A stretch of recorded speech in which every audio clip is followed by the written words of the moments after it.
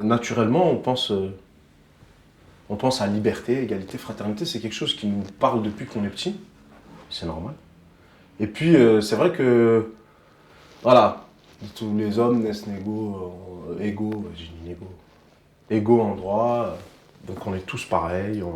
Et j'en reviens à ce que je disais tout à l'heure. J'ai l'impression que c'est égalité, mais bon, égalité, mais pas trop. C'est ça qui. J'ai l'impression. J'ai pas l'impression d'être inférieur à quelqu'un ou supérieur à quelqu'un. Mais j'ai l'impression que parfois les gens perçoivent, ou du moins essaient de faire en sorte que les gens ne soient pas tout le temps quand même égaux. Il y a une caste où il y a des gens qui seraient peut-être supérieurs à d'autres. C'est pas tout le monde qui pense comme ça, encore une fois. Mais ce que je dis, c'est des sensations. Et c'est quand ça devient des sensations que le climat est pourri. Je pense qu'il y a beaucoup de travail à faire en termes d'égalité des chances. Pourquoi? Parce que il y a beaucoup de stéréotypes dans ce pays, beaucoup d'idées reçues, et beaucoup de gens qui sont des décideurs fonctionnent avec ces stéréotypes, avec ces idées reçues. Que ce soit des décideurs professionnels, donc des personnes chargées de recrutement dans des entreprises, ou que ce soit, je sais pas, des personnes chargées du recrutement dans des établissements scolaires. Enfin, je parle d'écoles d'ingénieurs ou d'universités. Regardez, je vous donne un exemple. Ma fille qui revient avec deux masters. Ici, elle ne trouve pas du travail. Elle est allée à Londres, aujourd'hui elle est chef dans son service, c'est elle qui dirige. Vous voyez? Et même lors de son mariage, son directeur général est venu ici à Paris. Mais pourquoi ici elle ne trouvait pas? Pourquoi? Pourtant, elle a les mêmes diplômes. Vous voyez? Donc, c'est vous dire qu'il y a des clichés qui frappent. Et à cause de cela, les gens réagissent. Je pense que tous les gens ne sont pas égaux à Aulnay-sous-Bois, ça c'est clair. Pourquoi? Déjà de l'endroit où on vient, des lycées dans lesquels on est, de beaucoup de choses. Personnellement, en ce qui me concerne, j'ai eu une dérogation pour aller faire mes études dans une autre ville. Voilà, c'est... Donc je sais pas comment. Donc voilà, j'estime que tous les gens sont pas forcément égaux, qu'on n'a peut-être pas tout le monde de la même manière. À mon avis, là où ça pose problème, c'est que l'éducation nationale ne met pas assez de profs ou ne remplace pas des profs parce que pourquoi par mesure de, je dirais, de mesure budgétaire. Donc quand vous avez des profs qui sont absents, moi je le vois avec mon fils qui est dans un collège, pendant 3 mois il n'a pas eu de prof de maths. Alors que voilà, ça c'est de l'inégalité par rapport à un collège de Paris qui, à lui, n'aurait pas eu ce genre de choses. Voilà, ça c'est un problème d'inégalité. Et c'est là-dessus. Et ça c'est un problème de l'éducation nationale qui aujourd'hui ne met pas le paquet sur des zones, entre guillemets, qui sont prioritaires. J'ai pas vraiment rencontré de difficultés. J'avais un dossier, je pense, correct. J'ai été pris dans une prépa qui est dite du groupe 3 à Paris. Ça s'est très bien passé. Mais ce que je constate, c'est que une conseillère d'orientation, dans mon parcours, m'a déconseillé d'avoir trop d'ambition. Et je pense que ça a eu un effet négligeable, en fait, puisque j'ai fait une prépa, peu importe de quel groupe elle était, j'ai eu mon parcours universitaire, ensuite, après la prépa. Donc, sur moi, ça a eu un effet négligeable.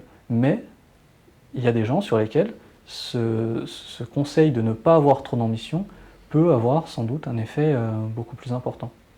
En tout cas, les jeunes, et ce qu'ils pensent, il n'y a pas d'égalité là. Quand on parle de ce qu'ils me répondent, ils me disent non, il n'y a pas de l'égalité. On était allé à l'école, on était très sages, on a eu premier diplôme, on a eu bac, premier bac, on a eu deuxième bac, on a eu bac jusqu'à bac plus 5 et bac plus 3. On est là, on est galéré, on n'arrive pas à trouver de travail. On fait les candidats et tout, parfois, ils nous disent qu'il y a du travail dans tel endroit. On arrive, on fait les demandes et tout, mais dès qu'on présente ou dès qu'ils connaissent certains dossiers, c'est que les enfants disent. Hein. Moi, je ne crois pas, hein. Moi, je ne crois pas à ça, mais c'est que les enfants me répondent. Et après, le dossier est close. Alors moi, c'est ce que je réponds, je dis peut-être votre sourd n'est pas encore arrivé. Ne faites pas baisser les bras, il faut continuer de faire, il faut continuer de demander, il faut continuer d'y aller, vous trouverez. C'est difficile, hein, mais j'aime pas être défaitiste. En me disant, non, je préfère me dire, c'est une donnée qui existe, qui est palpable et qui est réel. Voilà, qu'est-ce que je vais envoyer des CV, je vais peut-être avoir moins de réponses qu'un autre, bah, c'est pas grave, on en enverrait 2 fois plus. Pour avoir postulé des fois à certains postes, oui, c'est un handicap. Parce que certaines fois, même dans les entretiens, oui, on ne le fait ressentir, on ne le dit pas de façon claire et précise, mais de façon détournée, on essaye justement de poser des questions pour montrer d'où on vient, comme disent les jeunes, c'est chaud, que ça peut nuire des fois à l'image soit de l'entreprise pour laquelle on veut plus postuler, ou que pour eux c'est pas une bonne chose d'avoir des gens qui viennent de la banlieue. Par exemple, si on va, je sais pas, à l'aéroport Charles de Gaulle pour un poste, Clichy-sous-Bois, Aulnay-sous-Bois, Sevran-Bedotte, Villepinte, voilà. C'est des Saint-Denis, c'est des villes à éviter. Pour Parce qu'il y a pour les employeurs, oui. L'égalité, c'est bien. C'est bien quand on parle de liberté, bien sûr, il faut arriver à l'égalité pour que ça soit valable. Mais l'égalité, c'est difficile, c'est difficile. On n'est pas peut-être encore arrivé, mais nous sommes sur les sommets. Mais ça va arriver. Vous savez, hein, voilà, on ne peut pas tout voir, mais ça va arriver. Mais ouais, bien sûr que ça bouge. Encore heureux. Mais ça bouge aussi. Et du fait qu'il y a les choses qui changent, et puis il y a la manière de concevoir les choses qui changent, puis il y a aussi les gens qui changent. Forcément que ça évolue. Moi, mon père, quand il est arrivé ici, il était là pour bosser, faire le dos rond, pas faire trop de bruit, etc. Donc forcément, moi j'arrive, je suis né ici, je grandis, on évolue même dans la manière de penser, de concevoir les choses. Donc après mes enfants, ce sera la même chose, puisque moi j'ai eu accès à ça, je vais pouvoir transmettre ça, etc., etc., etc. Donc de fait, et c'est tant mieux, les choses évoluent.